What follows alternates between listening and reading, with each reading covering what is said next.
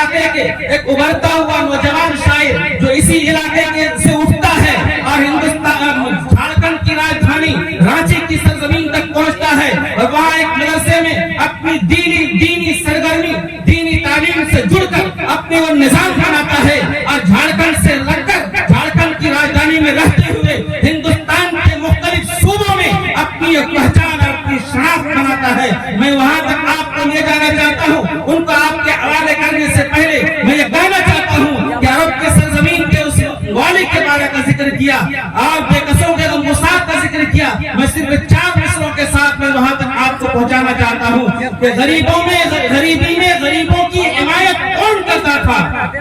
غریبی میں غریبوں کی حمایت کون کرتا تھا, فقیرانہ لباسوں میں حکومت کون کرتا تھا, غریبی میں غریبوں کی حمایت کون کرتا تھا, فقیرانہ لباسوں میں حکومت کون کرتا تھا. پڑھو تاریخ کی تو خود ہی جان جاؤ گے,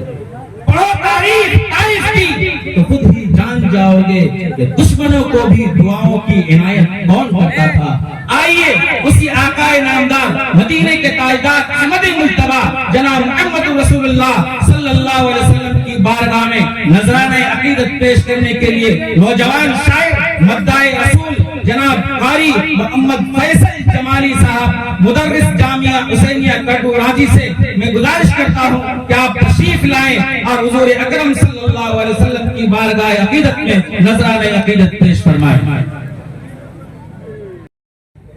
آپ تمام حضرات اب تک میری کمزور باتیں سماعت فرما رہے تھے اور اس کے بعد تلاوت کلام اللہ کے بعد نعت نبی بھی سماعت فرما رہے تھے. میری جو کمزور باتیں ہوئی اور آپ کا جو وقت ضائع ہوا, میں اب یہ بالکل بھی ہرگز مناسب نہیں سمجھتا کہ آپ کے درمیان اور آپ کے محبوب و مطلوب مقررین اور شعراء کرام کے درمیان حائل ہوں. میری یہ کوشش ہے اور میری یہ کوشش رہے گی کہ زیادہ سے زیادہ آپ اپنے مہمان مقررین اور شعراء کرام کو سماعت کر سکیں, اور میری یہ کوشش بھی رہتی بھی ہے رہے گی بھی تاکہ میں زیادہ سے زیادہ میں بھی اس سے فیض حاصل کروں اور سن سکوں. اور آج کے اس ڈکاری کی سرزمین میں جلسہ سیرت النبی اصلاح معاشرہ کانفرنس سے علماء کرام کے دیے گئے پیغامات کو اپنے دامن میں سمیٹ کر اپنی زندگی میں اس کو اتارنے کی کوشش کریں گے انشاءاللہ. ذرا ہاتھ اٹھا کے کریں گے انشاءاللہ.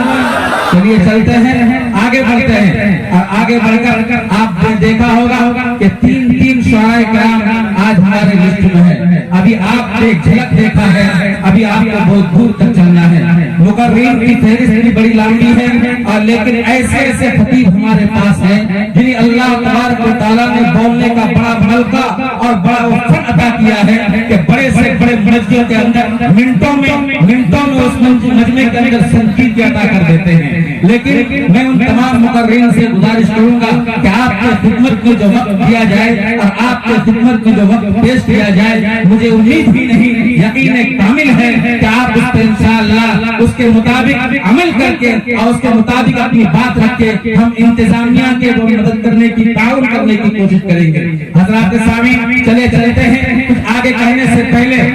نہ میں کا ذکر نہ پینے کی بات کرتے ہیں, نہ میں کا ذکر نہ پینے کی بات کرتے ہیں, ہم اہل دل ہے مدینے کی بات کرتے ہیں. نہ میں کا ذکر نہ پینے کی بات کرتے ہیں, ہم اہل دل ہے مدینے کی بات کرتے ہیں. ابھی نہ چھیڑ سبا سنبل و گلاب کی بات, ابھی نہ چھیڑ سبا سنبل و گلاب کی بات, ابھی نبی کے پسینے کی بات کرتے ہیں. آئیے میں پھر آپ کو اسی دیار کا سیر کرانا چاہتا ہوں جس کے لیے میں اسی علاقے کا ابھرتا ہوا ایک نوجوان شاعر کا آپ کے حوالے کرنا چاہتا ہوں جو اسی علاقے میں جھارکھنڈ تھانہ چندن کیاری میں نوڈیا کی سرزمین میں اٹھتا ہے اور پورے علاقے اطراف میں اپنا ایک مقام بناتا ہے, نعت نبی کے ذریعے سے اپنی ایک پہچان بناتا ہے اور شناخت بناتا ہے, جن کے ذریعے سے علاقے سے باہر بھی اسی شناخت کو پہچانا جاتا ہے. آئی جن سے میری مراد اس وقت نوجوان شاعر مداح رسول جناب عمران نذیر سے میں گزارش کر رہا ہوں کہ آپ تشریف لائیں اور عشق نبی میں ڈوب کر اس طرح اشعار گنگنائیں کہ کٹاری کی سرزمین میں بیٹھ کر لوگ طیبہ کی گلیوں کا نظارہ کرنے لگے.